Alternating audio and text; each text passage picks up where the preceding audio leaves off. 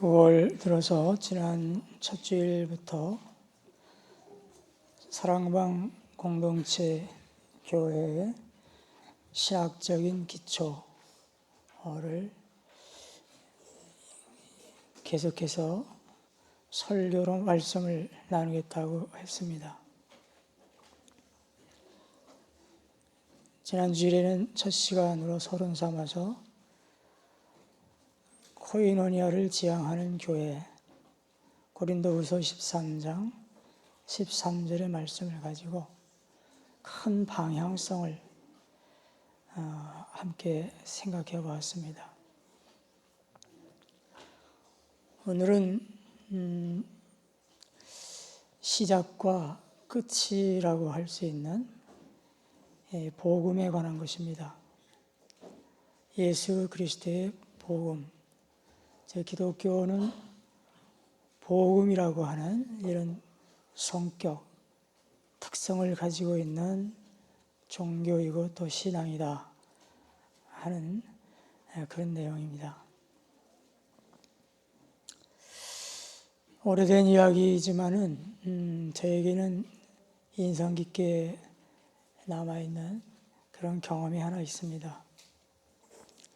1994년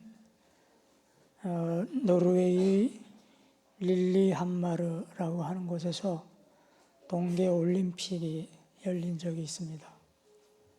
그때 쇼트 트랙에서 남자 1000m 경기를 하는데 이 경기에서 우리나라 선수가 1등과 2등 금메달과 은메달을 차지했던 그런 이야기입니다. 1등과 2등을 다 우리나라 선수들이 차지하니까 참 좋은 그런 일이죠. 이때부터 쇼트트랙이 한국의 효자 종목으로 늘 이제 불리게 됐습니다.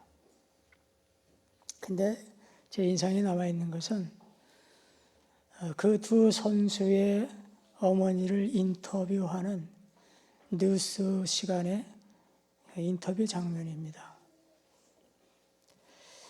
1등을 한 선수, 제가 이름은 말하지 않겠습니다. 1등을 한 선수는 불교 가정의 자녀였습니다. 2등을 한 선수의 가정은 기독교 가정이었습니다. 그래서 인터뷰를 하는데 기자가 대기하고 있다가 금메달을 땄다 하는 것을 전해 들으면서 바로 1등 한 선수 집을 찾아갔습니다. 근데 어머니가 절에서 기도하고 있더라고요. 그래서 그 어머니한테 찾아가서 소식을 전합니다. 당신의 아들이 지금 금메달을 땄다. 그런데 제 인상에 남은 것은 그 어머니의 반응, 표정입니다. 금메달을 땄다 그랬는데 어머니의 표정이 하나도 바뀌지를 않아요. 그러면서 그랬느냐, 금메달 땄으면 잘한 거지. 금메달을 딴 것에 대한 기쁨이나 이런 게 전혀 나타나질 않습니다. 근데 바로 이어서 장면이 바뀌는데 정반대의 분위기를 보게 된 거죠. 2등 한 선수 어머니를 찾아갔더니 이 어머니는 교회에서 기도를 하고 있었습니다. 그래서 기도하고 있는 어머니에게 가서 당신의 아들이 지금 아깝게도 은메달을 땄습니다. 금메달을 못 따고 은메달을 땄다. 그래서 어떻게 생각하시느냐? 소감을 말해달라고 하니까 이 어머니는 그래요? 은메달을 땄냐고? 우리 아들이 은메달을 땄냐고? 그런데 얼굴이 굉장히 기쁜 얼굴로 바뀌는 겁니다. 그러면서 하는 말이 우리 아이가 여기서 출국할 때 이번에는 몸의 상태가 좋지 않아서 아무래도 자신이 없다, 어렵겠다 걱정하면서 갔는데 은메달이라도 땄으면 그건 아주 잘한 거다. 그리고 굉장히 감사하고 기뻐하는 그런 얼굴 표정을 환하게 보이는 것을 보았습니다. 앞장면하고 너무 대조가 돼서 그게 제가 잊어버리지 않고 늘 기억하게 되는 것 같습니다. 아마 이것이 기독교와 불교의 차이, 또 기독교의 특징, 이것을 가장 잘 드러내는 그런 장면이 아닐까. 바로 복음 때문에 그렇습니다. 복음. 이제 말씀을 차차 드리겠지만 기쁘다는 뜻이거든요. 기쁜 소식. 여러분 다 복음을 받아들이신 분들이죠? 그러면 기쁘지 않더라도 기쁜 척하고 얼굴을 다 드셔야죠. 여전히 얼굴 고개 숙이시고 얼굴이 기쁘지 않은. 우리가 하나님께 영광 돌린다 그러는데 예배의 목적이 하나님께 영광 돌리는 거죠. 사는 게 하나님께 영광 돌리는 거고, 영광이라는 말은 어려운데 그 뜻을 쉽게 바꾸면 하나님을 기쁘게 해드린다는 뜻입니다. 하나님을 기쁘게 해드리기 위해서 오셨는데 여러분의 얼굴이 기쁘지 않으시면 하나님 아버지께서 기뻐하실 리가 없죠. 자, 기쁜 얼굴 다 들어보세요.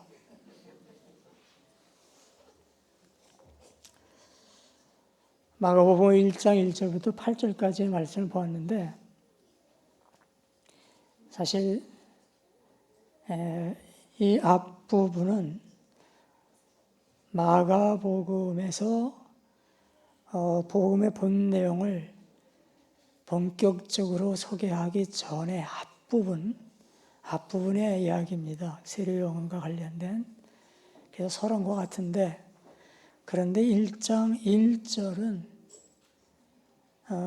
하나의 선언적인 그런 성격으로서 제시된 첫 절입니다. 그래서 쉽게 얘기하면 주제와 같습니다. 마가복음의 주제와 같습니다.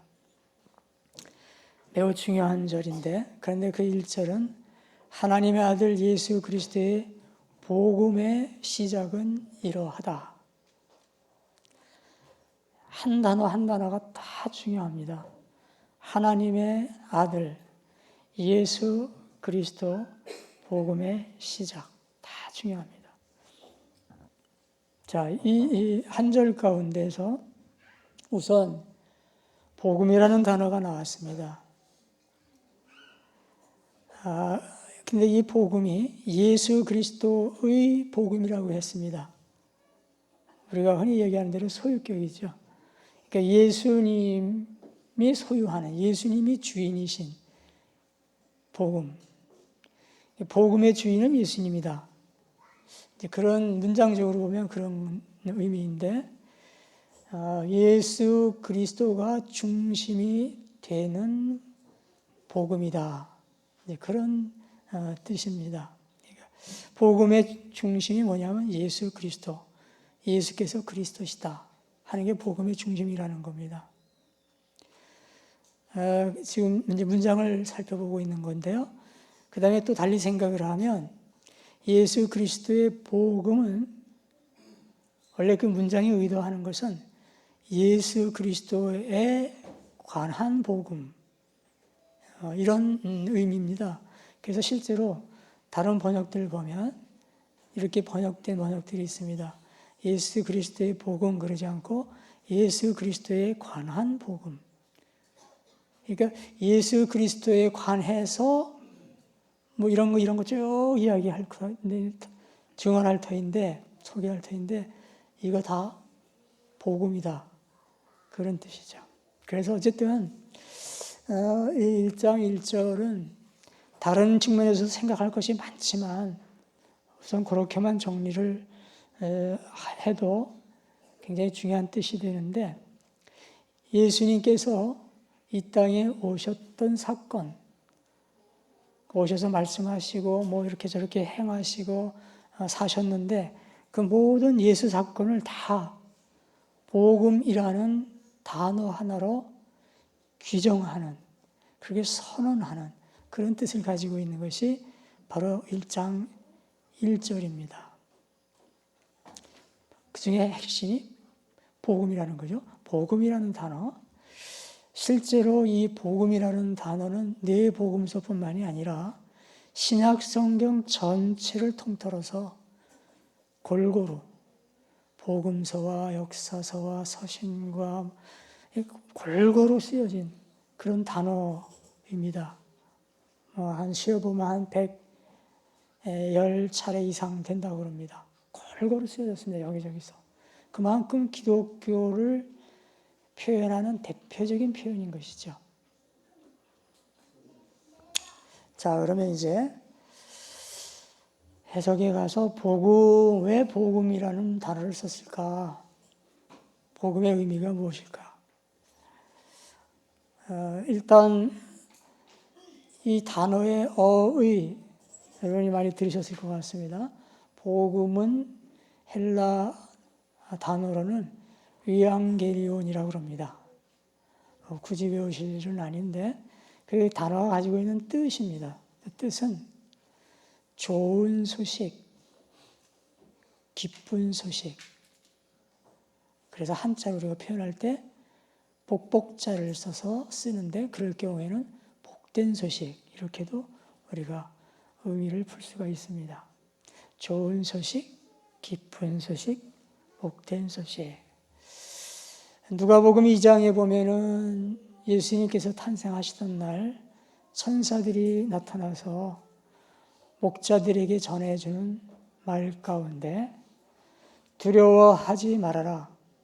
나는 온 백성에게 큰 기쁨이 될 소식을 너희에게 전하여 준다. 오늘 다윗의 동네에서 너희에게 구주가 나셨으니 그는 곧 그리스도 주님이시다. 이렇게 전했습니다. 여기 말 가운데 보면 전하는 소식 중에 큰 기쁨이 될 소식. 그런데 뒤에 보면 구주 나신 사실을 언급하고 있거든요. 구주의 나심, 예수님 사건은 큰 기쁨이 되는 소식이다. 큰 기쁨의 소식. 그렇게 정리가 됩니다. 자, 단어 자체가 가지고 있는 뜻은 복음이라는 말은 기쁨의 소식이다. 그런 뜻이다. 자, 왜 그 소식이 기쁨이 될까? 조금 더 이제 교리적인 거 보면 이사야 오늘 말씀 가운데 보면 3절에 이사야 예언의 내용을 인용한 부분이 있습니다. 너희는 주님의 길을 예비하고 그의 길을 곧게 하라. 주님의 길을 예비하라 하는 거죠. 누가복음 2장에 보면 예수님께서 태어나셔서 정결 예식에 참여하려고 성전에 갔을 때 그 시므온이라고 하는 나이 많은 한 사람이 거기에 있었죠. 의롭고 경건하다고 평가받고 있는 훌륭한 신앙인이 거기에 있었습니다. 그 시므온이 아기 예수님을 보고 주님께서 세우신 그리스도를 보기 전에는 죽지 아니할 것이라는 성령의 지시를 받은 사람, 이 종을 세상에서 평안히 떠나가게 해주십니다. 주님을 보지 않고는 죽지 않을 거다. 이렇게 말씀하셨는데, 그렇게 믿고 이제까지 기다렸는데, 이제는 이 종을 편안하게 가게, 죽어도 되게 하신다. 그런 뜻이죠. 예수님을 약속하신 메시아로 이렇게 증언하는 그런 내용입니다. 구약에서 예언자들을 통하여 하나님께서 메시아, 구세주를 보내주시겠다 수없이 말씀하셨고 이스라엘 백성들은 역사의 고난 가운데에서 그 약속 때문에 약속이 이루어질 것을 믿고 기다리며 견디어왔던 것입니다. 그런데 예수님께서 이렇게 오신 것은 바로 그 구약의 약속이 성취된 것이다 하는 것을 증언하는 그런 내용입니다. 왜 복음이냐 하면 구약을 통하여 예언자들에게 약속하신 메시아의 도래 오심이 성취되었기 때문에, 그래서 예수 그리스도의 소식은 복음, 기쁜 소식이 된다. 오늘 말씀 가운데 보면은 8절에 세례 요한에 대해서도 언급하고 있습니다. 나는 여러분에게 물로 세례를 주었지만 그는 여러분에게 성령으로 세례를 주실 것입니다. 사람들이 세례 요한에게 몰려드니까 세례 요한이 뒤에 오시는 예수님을 증언하는 거죠. 그런데 성령으로 세례를 주실 분이다, 이렇게 소개를 했습니다.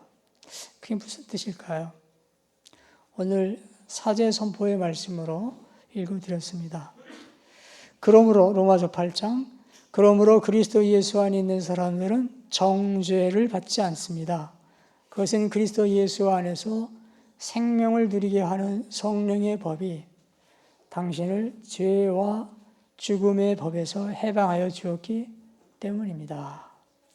줄이면 성령께서 우리를 도우시고 역사하시는데, 사역하시는데 우리를 죄 가운데에서 구원하여 주셔서 죄에서 해방시켜 주셔서 죽음에서 생명을 얻게 하시는 이런 일을 우리에게 베풀어 주신다는 게, 성령으로 세례받는다는 말은 우리가 죄 가운데에서 구원을 받는다는 뜻입니다.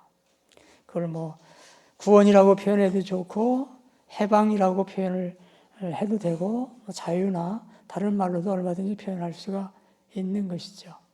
자, 그러니까 왜 예수님에 관한 사건, 예수님의 오신 이 사건이 복음이 되느냐, 큰 좋은 소식이 되느냐, 기쁜 소식이 되느냐, 앞에서 구약에 약속하신 메시아가 오신 것이기 때문에 라고 하는 게 하나 있고, 그 다음에 신약적으로는 예수님께서 오심으로 성령을 통하여, 성령의 일하심을 통하여 모든 사람들을 죄 가운데서 구원하시기 때문이다. 죄, 여러 번 말씀드렸습니다. 도덕적인 죄를 말하는 게 아닙니다. 하나의 인격체를, 우리의 영혼을 짓누르고 싸매고 얽어매고 있는 모든 그 얽매임 속 가운데서 우리를 풀어주신다는, 자유와 해방의 삶을 누리게 하신다는 뜻입니다. 그러니 예수님에 관한 소식은 정말 큰 기쁨의 소식이죠. 이러한 것을 증언하는 사람들이 복음서에 등장하는 많은 사람들, 예수님을 만나 구원받은, 변화받은 사람들의 이야기입니다. 그 수없이 많죠. 그 가운데에서 요한복음 4장에 나오는 사마리아 여인에 관한 기록을 우리가 잠시 살피면, 예수님께서 제자들과 함께 사마리아 지방을 지나가시게 되는데, 거기 야곱의 우물가에서 아마도 물을 좀 드시고 싶으셨던 모양입니다. 그래서 야곱의 우물가에 갔는데 거기에 마침 물을 들어온 사마리아 여인이 있어서 만나게 됐죠. 그래서 이런저런 대화를 하게 됩니다. 그러다가 나중에 이 여인이 물동이를 집어 던지고 동네에 사람들이 있는 곳을 향하여 달려갔습니다. 그리고 한 말, 외친 말, 그들에게 전한 말이, 내가 한 일을 모두 알아맞히신 분이 계십니다. 와서 보십시오. 그분이 그리스도가 아닐까요? 그랬습니다. 그리스도. 내가 그리스도를 만났다 그겁니다. 이 여인이 대낮에 남들 다 낮잠 자고 쉬는 그 시간에 동구 밖 먼 거리까지 물동이를 머리에 이고 물을 길러왔던 그 사연은, 그 여인은 떳떳하지 못한 직업을 가지고 살아가는 그런 사람이었기 때문이었습니다. 요즘 그냥 쉽게 말하면 창녀죠. 그런 삶을 살고 있던 사람, 다른 사람들이 볼 때 엄격한 율법을 지키며 사는 사람들을 볼 때 돌에 맞아 죽을 죄인입니다. 그러니까 사람들의 눈을 피해서 그 뜨거운 시간에 무거운 것을 지고 먼 곳까지 사람들의 눈을 피해서 물을 길러왔던 거죠. 참 힘들고 피곤하게 살아가는, 어떻게 보면 불행하다 할 수 있는 그런 삶에 있었던 것이죠. 이 여인을 얽어맸던 것이 얼마나 많고 단단했겠습니까? 그런데 예수님을 만나게 됐고 이런저런 대화를 하는 과정을 통해서 그가 메시아인 것을, 죄에서 구원하여 주시는 그리스도이신 것을 알고 고백하게 된 겁니다. 그래서 죄에서 구원함을 받는, 얽매임에서 풀려나는, 그래서 자유함을 얻게 되고 기뻐서 물동이를 집어 던지고 그렇게 피했던 그 사람들을 향하여 가서 그리스도를 증언하는 그런 모습으로 바뀌어 달려간 것입니다. 여러분, 왜 복음, 큰 기쁨의 소식이라고 말하는가? 다른 건 다 좀 멀리 느껴지더라도 어쨌든 예수님이 그리스도이시기 때문에 우리를 죄에서 구원하여 주셔서 참 기쁜 소식이 된다. 나를 얽어맨 모든 얽매임 가운데에서 자유케 하시고 해방을 주셔서 예수 그리스도, 참 복음이다. 그거는 말할 수 없이 기쁜 소식이 된다. 그런 겁니다. 여러분도 이렇게 그런 고백을 하실 수 있겠죠? 나와서 한 사람씩 이렇게 나오셔서 내가 예수님을 믿은 다음에, 복음을 받아들인 다음에 변화된 것, 또 구원이라 말하는 얽매임 가운데서 풀려난 거 있으면 서로를 위해서 좀 증언하십시다. 간증하십시다. 그러면 차례대로 나와서 다 말씀하실 수 있죠? 뭔가 다 있죠? 끄덕이는 사람이 있는 거고 가만히 있는 사람은 없는 거고 그런 거야? 그런 거야?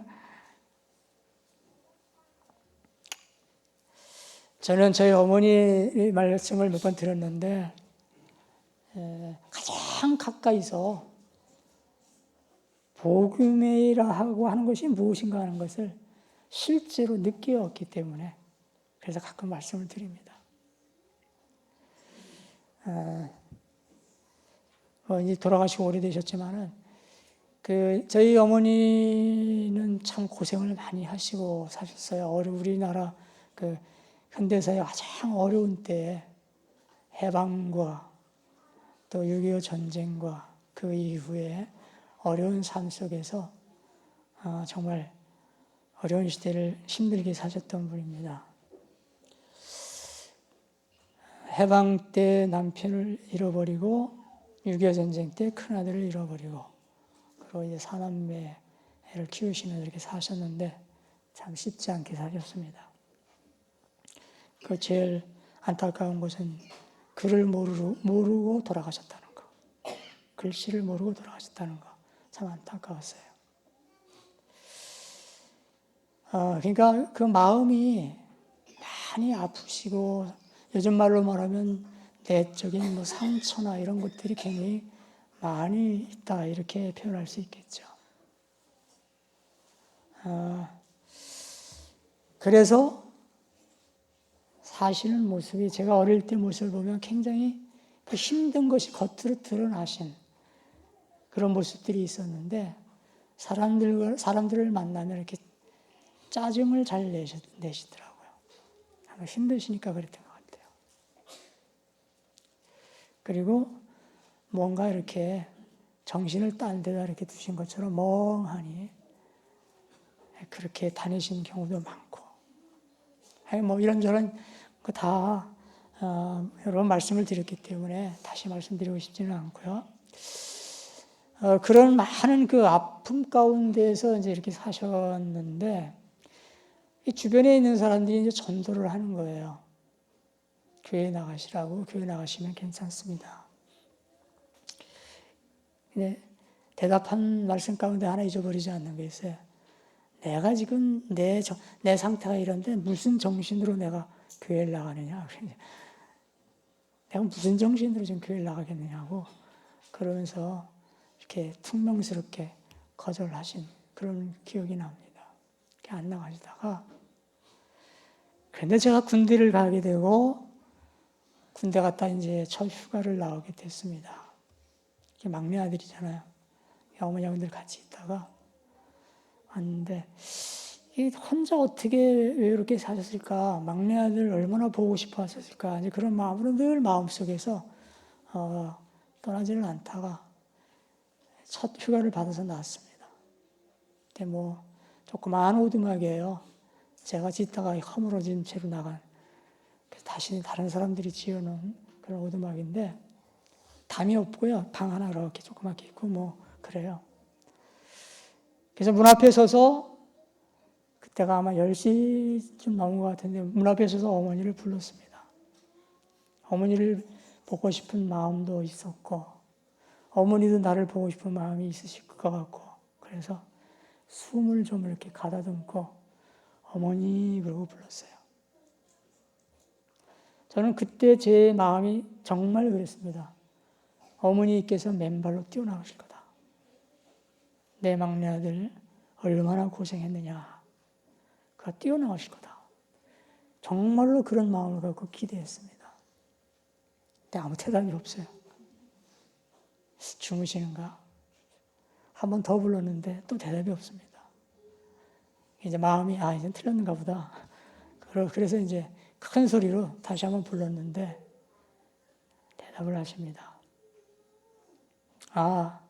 너 왔니? 들어와라. 그냥 그겁니다. 들어와라. 저는 너무 실망을 했어요. 아니, 버선발로 뛰어나올 줄 알았는데 이게 도대체 뭔가.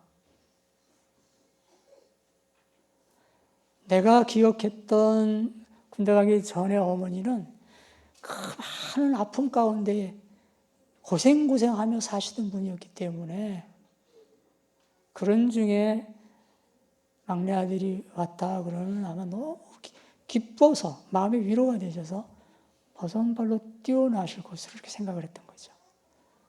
전혀 반대 반응이었습니다. 그래서 조금 섭섭하기도 하고 왜 이런가 놀라는 마음을 가지고 새벽 늦게까지 이런저런 이야기를 나눴는데 답은 이거였습니다. 교회에 나가게 됐다는 거. 예수님 믿게 됐다는 거. 그렇게 반대하시던 분이, 안 간다고 하시던 분이 어떻게 혼자 남으시니까 그랬나 봐요. 가게 되신 거예요. 그리고 그 복음에 의해서 변화되신 거죠. 구원받으신 거예요. 그리고 그것이 안에 모든 상처를 다 씻어서 내적인 안정을 갖게 하셔서 하나님만이 주시는, 복음 안에서 주시는 평안을 갖게 하시고, 그리고 육체적인 삶은 힘들지만 그래도 믿음 안에서 기쁘게 이겨나가며 사실 수 있도록 하신 것. 돌아가실 때까지 저를 위해서 기도하시다가 가셨는데요. 저는 그 밤에 정말 굉장한 것을 얻었어요. 복음이 뭔지. 우리가 이 땅에서 살아가는 사람들로서 예수 그리스도 그 복음이라는 게 어떤 의미가 있는지 그걸 그 밤에 정말 아주 확실하게 깨달았습니다. 아, 복음 굉장하구나. 능력이 있다고 그랬는데 정말 능력이 있구나. 그 복음이 모든 얽매임 가운데서 다 풀어주시는구나.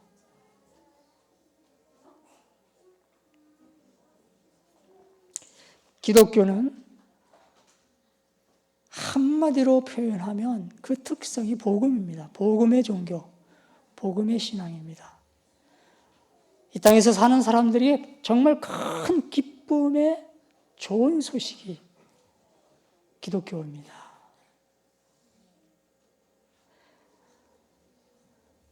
그리스도 구세주로 오신 예수께서 우리를 죄 가운데에서 구원해 주시고 모든 얽매임 가운데서 우리를 풀어 자유와 해방, 기쁨의 삶을 누리게 해주시기 때문입니다. 그게 기독교입니다. 자, 여러분, 복음의 삶을 함께 사시기 바랍니다. 적용인데요. 먼저는 복음을 받아들인 자로서의 삶을 사시기 바랍니다. 복음을 받아들인 사람.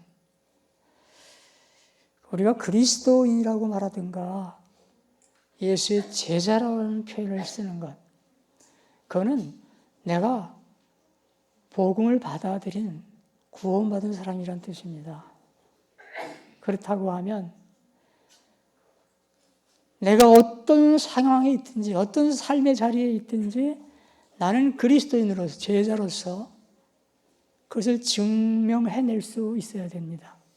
그게 바로 뭐냐면 기쁨이라고 하는 삶의 모습, 자유라고 하는 삶의 모습입니다.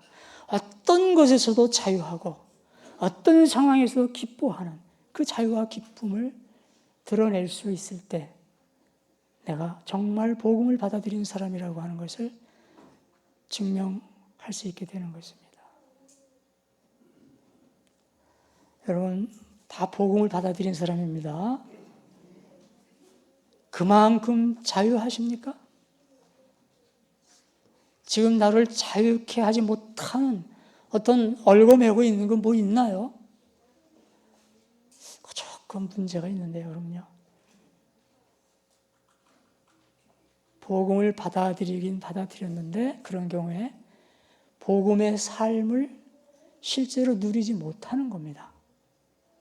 복음을 받아들였으면 복음의 삶을 충분히 우리가 누려야 됩니다. 받아들이는 것하고 누리는 것하고는 조금 다릅니다. 내가 기뻐해야 하지만 기뻐할 수 없는 그 뭐가 있나요?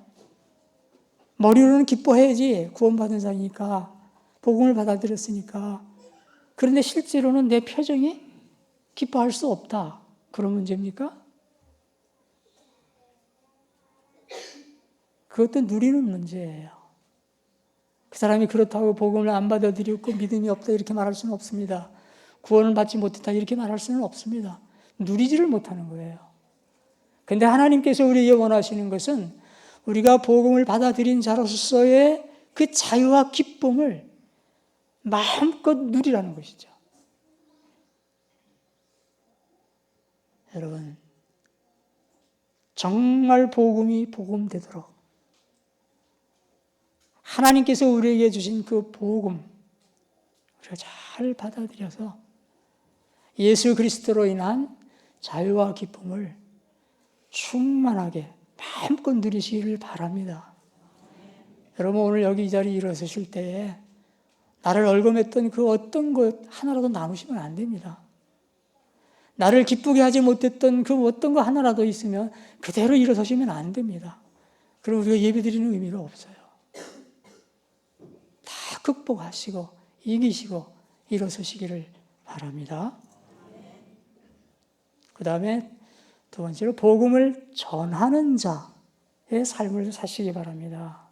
우리는 복음을 받아들인 사람인데 또 복음을 전해야 할 사람입니다.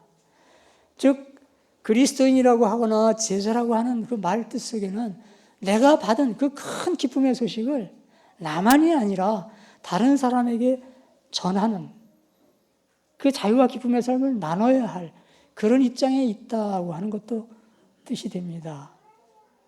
우리가 존재하는 목적, 우리를 제자 삼으신 목적, 이게 다 뭐냐면 최종의 목적은 그리스도인들의 모든 것의 최종의 목적은 복음을 전하는 데 있습니다.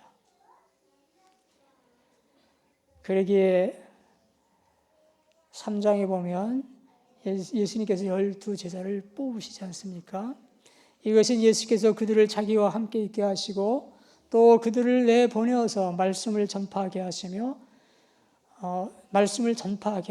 그랬습니다. 제자들을 부르신 목적이 복음 전파를 위해서 있다. 또 잘 아시는 대로 예수님 승천하시기 직전에도 지상명령, 너희는 온 세상에 나가서 만민에게 복음을 전파하라. 이렇게 말씀하시고 예수님도 승천하시기 직전까지 하나님 나라에 대해서 전하고 가르치셨습니다.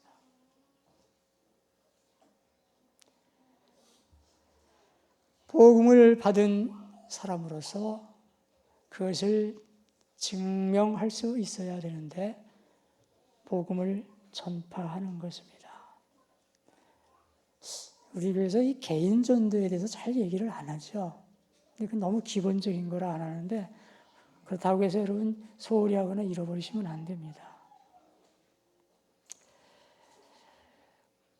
여러분 복음을 전해서 복음을 전한 사람이 받아들여서 그 복음을 받아들여서 자유와 기쁨의 삶을 누리는 그 열매를 증거로 보여주실 수 있기를 바랍니다. 나도 복음을 받아들여서 자유와 기쁨의 삶을 누려야 되지만 기독교는 항상 나만이 아닙니다. 내가 그 복음을 전해서 또 다른 사람이 나와 같이 복음을 받아들이고 자유와 기쁨의 삶을 누리는 그걸 우리가 하나님 앞에 사람들 앞에 증거물로 이렇게 제시할 수 있어야 되는 겁니다. 우리 여러분 나중에 간증하실 때 간증하면 보통 자기 얘기만 많이 해요. 그러다 보면 좀 잘못될 수도 있고 말이죠. 정말 간증에 좋은 그 간증은 내가 다른 사람을 전도해서 그 사람이 복음의 삶을 살고 있다는 것을 말할 때 정말 은혜스럽습니다. 앞으로는 그렇게 좀 하세요. 내 얘기만 하지 마시고 내가 다른 사람에게 복음을 전해 그 사람이 복음의 삶을 누리고 있는 걸 얘기해 주면 정말 좋습니다. 하나님께서 아마 기뻐하실 거예요. 자, 세 번째로 앞에 이 두 가지를 잘 균형 있게 누리는 그런 복음의 삶을 사실 수 있기를 바랍니다. 보통은 어느 한쪽으로 치우쳐 있습니다. 아마 대부분은 내가 복음의 삶을 누리는 데 아마 치우쳐 있을 거예요. 복음의 삶을 나누고 전하는 데는 많이 약할 겁니다. 이게 개인과 교회에 따라서 좀 다른데 아마 우리 교회는 누리는 데 많이 치우쳐 있을 것입니다. 원래 코이노니아 그러면 그래서 오해를 받습니다. 자기네들끼리만 좋아한다고. 우리가 이것을 극복할 수 있으면 좋겠는데 균형을 잘 맞춰서 복음의 삶을 균형 있게 사시기를 바랍니다. 그것이 모든 사람에게 덕을 끼치고 선교에 큰 열매를 맺을 수 있는 방법입니다. 제가 있던 어떤 교회에 여러 교회에 있으면서 참 훌륭한 신앙인, 성도들, 훌륭한 사람들을 여러 사람 봤어요. 대개 한 교회에 한두 사람이 있더라고요. 보면 수백 명씩 모이고 그러는데 저 사람 정말 진짜다.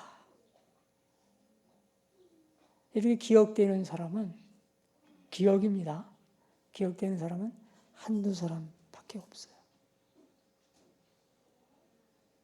나머지는 제가 기억을 못하는 거겠죠. 그런데 어느 한 교회에 있을 때 교회 이름을 얘기하면 여러분이 알고 여기 관련된 사람들이 없지 않을 겁니다. 그래서 교회 이름 얘기 안 하는데요. 김아무개 여자 집사 한 분이 계세요. 40대 한 중반쯤 됐던 것 같아요, 그때. 근데 이분은 아주 가난해요. 남편도 사업이 안 되고 본인도 특별히 하는 게 없고 아주 정말 가난합니다. 가난한 동네에 사는데 그 중에서도 아주 가난했어요. 그런데 보면 옷은 뭐 좀 허름하고 뭐 다 이렇고 그런데 그 사람을 딱 보면 얼굴이 윤기가 나요. 좀 심하게 말하면 광채가 나요. 물론 기도 많이 하고 성경 많이 읽습니다. 근데 얼굴이 뭐 바른 것처럼 반들반들하고 하나의 광채가 나요.